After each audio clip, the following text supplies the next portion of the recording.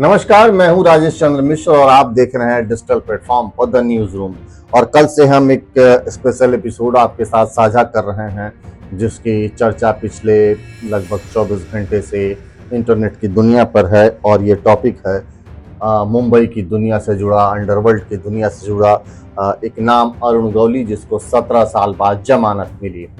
ये अरुण गौली और दाऊद इब्राहिम कासकर आज अपने स्पेशल एपिसोड की दूसरी कड़ी में हम बात कर रहे हैं इन दोनों के बीच की दुश्मनी को लेकर। दरअसल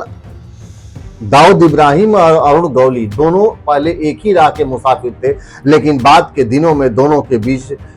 दुश्मनी हो गई और दोनों के राह अलग हो गए। ये 1980 का दशक था जब मुंबई के सड़कों पर अंडरवर्ल्ड की दुनिया में अरुण गौली और दाऊद इब्राहिम कासकर दोनों ने मिलकर खून से अपने अपराध की इबारत लिखा था, जो उस समय पुलिस के लिए एक बड़ी चुनौती बन गई थी। धीरे धीरे इन दोनों ने अपने अपराध की दुनिया में एक अपना अलग ही नाम, एक रसूख कायम कर लिया और मुंबई की जो पूरी दुनिया थी या जो कारोबार की पूरी दुनिया थी वो इन दोनों के नाम से थर्राने लग गई थी।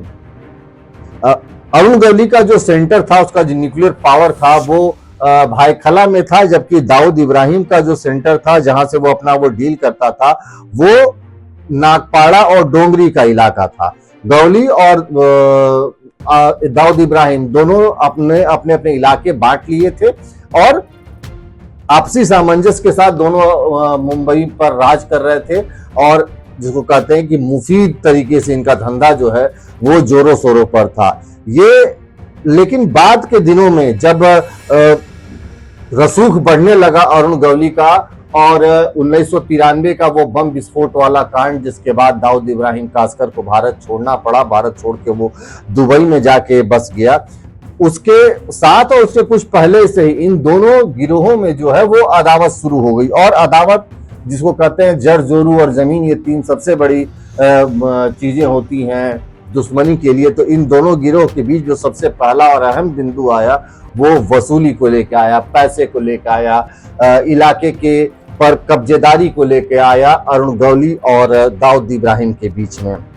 इन दोनों के बीच जो पहली जो शुरुआत हुई वो सुपारी किलिंग को लेकर हुई, धंधे के बंटवारे को लेकर हुई और इसमें पहला विकेट जो गिरा वो गौली गैंग का गिरा था। अरुण गौली गैंग से गिरे करीबी लोगों की जो हत्या थी वो होनी शुरू हो गई और इसका अरुण गौली ने सीधा जो आरोप था वो दाऊद इब्राहिम गैंग के ऊपर लगाया कि दाऊद इब्राहिम गैंग उसके लोगों को मरवा रहा है।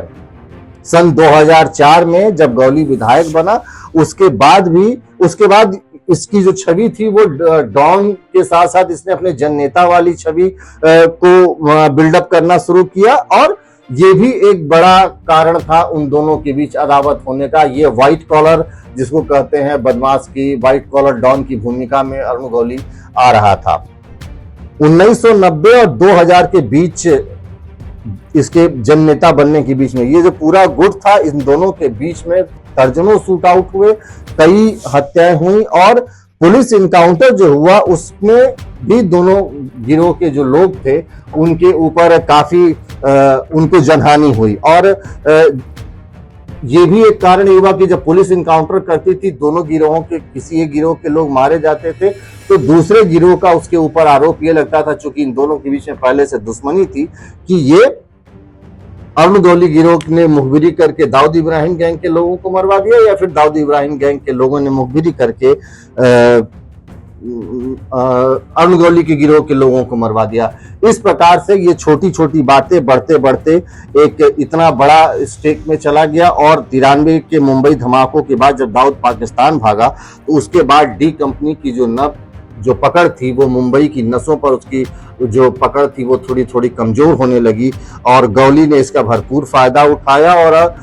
उसके कई सारे लोगों को अपने पाले में मिला लिया। गौली का तो भी कहना था कि स्थानीय मराठी जो युवा हैं वो उनके लिए काम कर रहा है और जो दाऊद इब्राहिम के लोग थे उनको उसने विदेशी नेटवर्क या विदेशी होने का आरोप लगाया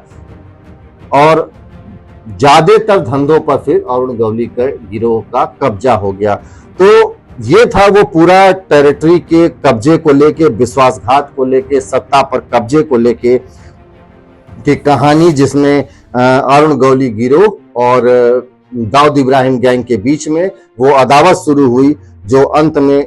उन दोनों की दोस्ती की जो राहें थी, जो एक साथ उन दोनों ने मुंबई पर अपना कब्जा जमाने के लिए शुरुआत की थी, उस रास्ते का खात्मा हुआ। वो रास्ता एक डेड एंड पर पहुंच गया और अरुण गौली और दाऊद इब्राहिम कासकर दो अलग अलग गिरोह मुंबई की सड़कों पर खून से